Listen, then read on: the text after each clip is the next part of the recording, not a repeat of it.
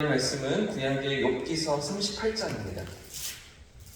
욥기서 38장 1절부터 11절까지의 말씀을 시작했습니다. 구약의 799면에 있습니다.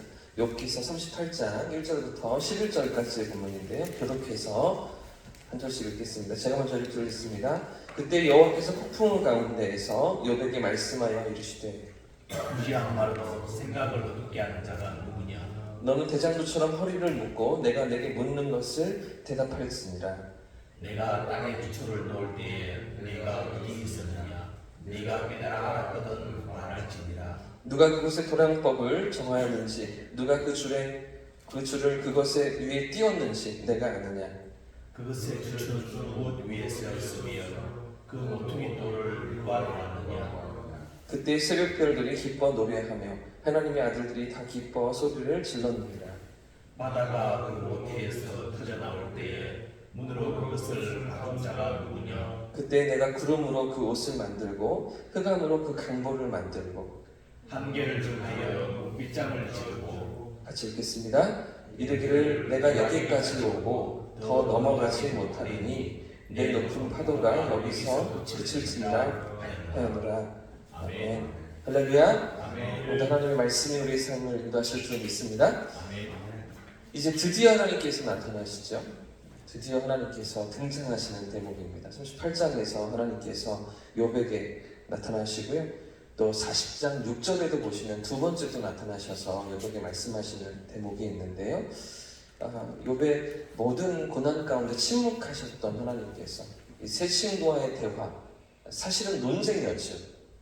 그런 어떤 논쟁 속에서 또 침묵하셨던 하나님께서 또 엘리후라는 또 젊은 사람의 등장, 4명의 공격과 욥의 어떤 또 반증, 반론 뭐 이런 것들 가운데서도 말씀하지 않고 나타나시지 않으시던 하나님께서 이제 드디어 욥에게 나타나십니다. 38장 1절부터 40장 2절까지 첫 번째 나타나셔서 말씀하시는 대목이 있고요. 40장 6절부터 41장 34절까지 또 두 번째 나타나셔서 하나님께서 말씀하시는 대목이 있는데, 첫 번째 하나님이 말씀하신 이후에 욥의 태도가 있습니다. 자, 그런가 하면 또 두 번째 말씀을 들은 이후에 욥의 태도가 또 달라지게 되는데요. 그 부분은 내일 생각해 보려고 합니다. 욥의 태도가 조금 이렇게 달라지는 부분이 첫 번째 반응과 두 번째 반응이 좀 다른데 그 부분은 내일 생각해 보고, 하나님께서 나타나셔서 말씀하시는 첫 번째 오늘 38장에 있는 하나님의 말씀의 의미가 무엇인지 오늘 생각해 보려고 하는데요. 여기서 하나님은 욥에게 당신의 창조의 섭리에 대해서 말씀하십니다. 하나님의 능력과 권세가 어떠하신지, 하나님이 천지를 창조하실 때에 하나님의 뜻이 어떠하신지 이런 부분들에 대해서 욥에게 말씀하시는데, 이를 듣고서 욥은 하나님 앞에서 어제 말씀드린 것처럼 욥의 입을 가리죠. 입을 가리면서 회개하며 하나님 앞에 엎드리는 부분이 오늘 38장의 대목입니다. 왜 지금 욥은 자신의 입을 가리면서 잠잠히 왜 회개한다고 말하고 있는 것입니까? 지금 하나님께서 욥에게 하신 말씀이 무엇이기에 욥의 태도가 이렇게 달라지고 있는 것입니까? 지금 욥의 상황이 바뀐 것이 있습니까? 하나님이 나타나시긴 했지만 욥이 당하고 있는 고난이나 어떤 어려움이나 모든 징계가 바뀐 것이 있습니까? 사실은 욥의 모든 상황은 42장 7절에 가서야 회복되어집니다. 모든 상황이 다시 복구되어집니다. 42장 7절에서부터 10절까지의 말씀을 보시면 욥에게 주셨던 재산을 다시 배로 돌려주시고요. 또 그 자식들까지 다시 허락하시는 하나님의 은혜가 여기 42장에서 다시 정리되고 모든 고난이 끝나는 것을 우리가 볼 수 있는데요. 지금 이 상황은 하나님이 나타나셨다 뿐이지 어떤 것도 달라진 것이 없습니다. 상황은 여전히 고난이고 어려움이고 괴로움이죠. 그런데도 어떻게 해서 욥이 이렇게 자신의 입을 가리면서 하나님 앞에 엎드리고 있는 것입니까? 그동안 자신이 했던 모든 말, 모든 비판, 모든 불평, 모든 독한 말들을 하나님께서 듣고 계셨음을 깨달았기 때문입니다. 그동안 자기가 쏟아냈던 모든 것들을 하나님이 다 들으시고 기억하신다는 것을 그가 깨달았기 때문이죠. 나는 죄가 없는데, 나는 의로운데 하나님께서 나에게 고난을 주시고 징벌을 주시는 것이 잘못되었다고 하나님을 탓하고 하나님을 향해 비판했던 모든 이야기를 하나님이 들으셨던 것입니다. 38장 2절에 보시면 드디어 나타나신 하나님께서 욥에게 뭐라고 말씀하십니까?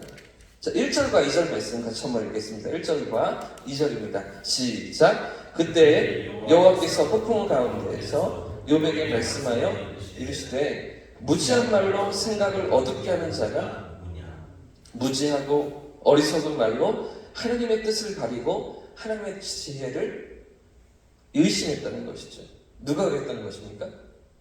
욥이 그랬다는 것이죠. 40장 2절에도 보시면 조금 두 장 넘겨서 40장 2절에 보시면 또 하나님께서 욥에게 이렇게 말씀하시는데요.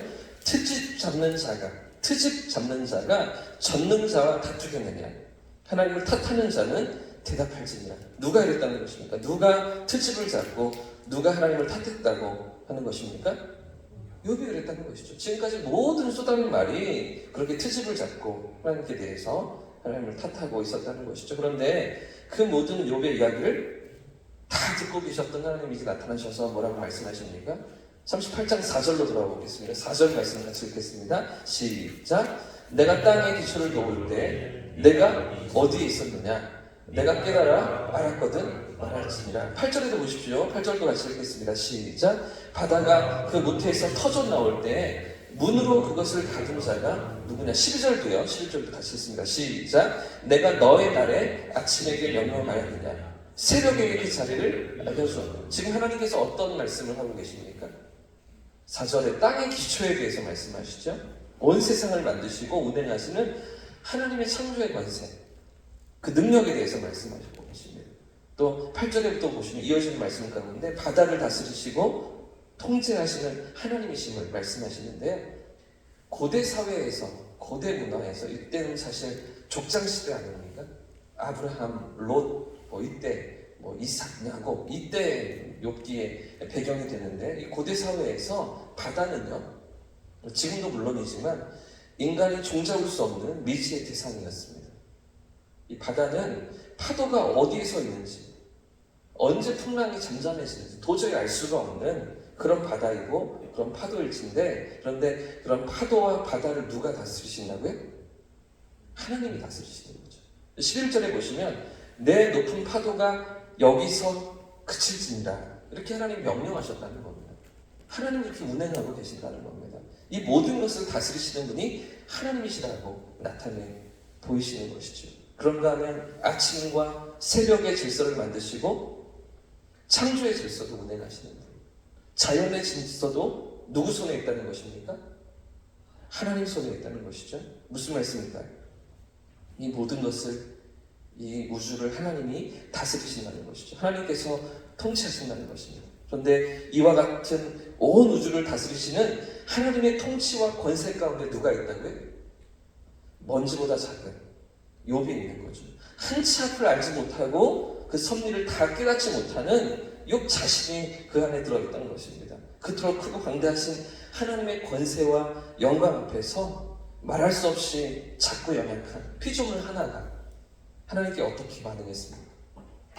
하나님께 트집을 잡고 하나님의 지혜를 의심하며 하나님을 탓하면서 모든 하나님의 그 섭리가 잘못되었다고 이렇게 말하고 있었던 것이죠. 모든 독한 말을 쏟아놓고 있었던 것입니다. 그렇기 때문에 그 하나님의 권세와 영광 앞에서 입을 가릴 수밖에 없는 것이죠. 자신이 했던 모든 말을 이제는 더 이상 쏟아낼 수가 없는 것입니다. 잠잠히 회개할 수밖에 없던 것이죠. 지금까지 욥은요, 자신에게 찾아온 모든 그 고난을 경험하면서 이 세상이 완전히 잘못되었다고 불평을 쏟아놨습니다. 이 세상이 완전히 엉망진창이라고 그렇게 못된 말들을 쏟아놓았죠. 이런 세상을 방치하시는 하나님도 잘못되었다고, 하나님께도 책임이 있다고 하나님께 따지면서 모든 불평과 원망을 쏟아내고 있던 것이 지금까지의 욥의 모든 주장이었는데요. 그런데 지금 나타나신 하나님은 이런 욥에게 뭐라고 말씀하십니까?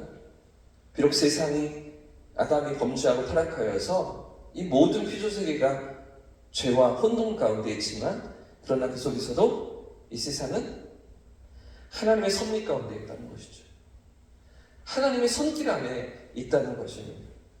하나님의 다스리심 안에 그 모든 것이 움직이고 있다는 것이죠. 하나님의 질서와 하나님의 정의 가운데서 당신이 만드신 세상이 오늘도 이루어져 가고 있다고 하나님 말씀하고 계시는 것입니다. 오늘 욥기가 우리에게 교훈하는 것이 무엇입니까? 무슨 말씀을 우리에게 주고 있습니까? 아무리 이해되지 않을 때에도 그 어떤 것도 이유가 없다고 생각될 그때에도 우리의 생각보다 하나님의 뜻은 크고 놀라우신 것이죠. 하나님 그분의 섭리 안에 우리의 삶이 있는 것입니다. 우리가 다 하나님을 이해할 수가 없는 거죠. 우리 작은 머리로 우주보다 크신 하나님의 섭리를 이해하려고 하는 것이 넌센스인 것입니다. 그 하나님의 선하시고 온전하신 뜻 가운데 오늘도 우리의 삶을 이끌어 가시고 합력하여 선을 이루시는 또 온 우주를 다스리시는 하나님이심을 오늘 욥기 38장은 우리에게 말씀하고 있는 것입니다. 때로는 다 이해되지 않을 때에도 어떤 뜻하신 바가 있는지 도저히 알 수 없는 그런 삶의 자리를 지날 때에도 언제나 당신의 백성을 사랑하시고 보호하시고 선한 길로 인도하시는 우리 하나님을 바라보면서 그 앞에 믿음으로 살아가는 이 하루가 되시기를 예수님 이름으로 축복합니다. 아멘. 그럴 때 오늘 38장처럼 드디어 나타나시고 드디어 응답하시고 드디어 말씀하시는 그 하나님을 우리의 삶에 경험하게 될 줄로 믿습니다. 그런 하나님의 은혜를 사모하면서 그런 하나님의 응답을 기다리면서 또 믿음의 길로 나아가는 저와 우리 모두의 삶이 기를 축복합니다. 아멘. 이렇게 찬양하고 기도하겠습니다.